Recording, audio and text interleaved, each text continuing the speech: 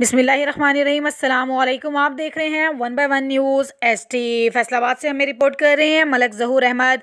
अमीर पार्क में दौरान डकैती प्रोफेसर के कत्ल का मामला पेश आया। 1 बाय 1 न्यूज़ ने डाकुओं के फरार की सीसीटीवी फुटेज हासिल कर ली है। फुटेज में मास्क पहने दोनों डाकुओं भागते हुए जाते नजर आ रहे हैं। एक डाकू ने स्याह चादर और दूसरे ने जैकेट पहन रखी है। फुटेज में डाकुओं को गली में जाकर पैदल जाते देखा जा सकता है। तफसीलात के मुताबिक अमीर पार्क में मज़ामत पर डाकुओं की फायरिंग से प्रोफेसर जाम भाग। मोटरसाइकिल सवार 2 डाकुओं ने करियाना स्टोर लूटने की कोशिश की, जिस पर आसफ बुखारी की मुज़ाहमत पर डाकुओं ने फायरिंग कर दी। दोनों डाकू मोटरसाइकिल गली में फेंक कर पैदल भाग गए। डाकू मुलहका गली से एक शहरी से मोटरसाइकिल छीनकर फरार हो गए। सीसीटीवी कैमरों की मदद से डाकुओं की शिनाख्त की जा रही है।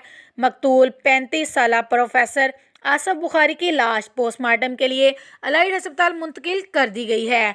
मज़ीद खबरों से बाखबर रहने के लिए देखते रहिएगा चैनल 1 बाय 1 न्यूज़ HD।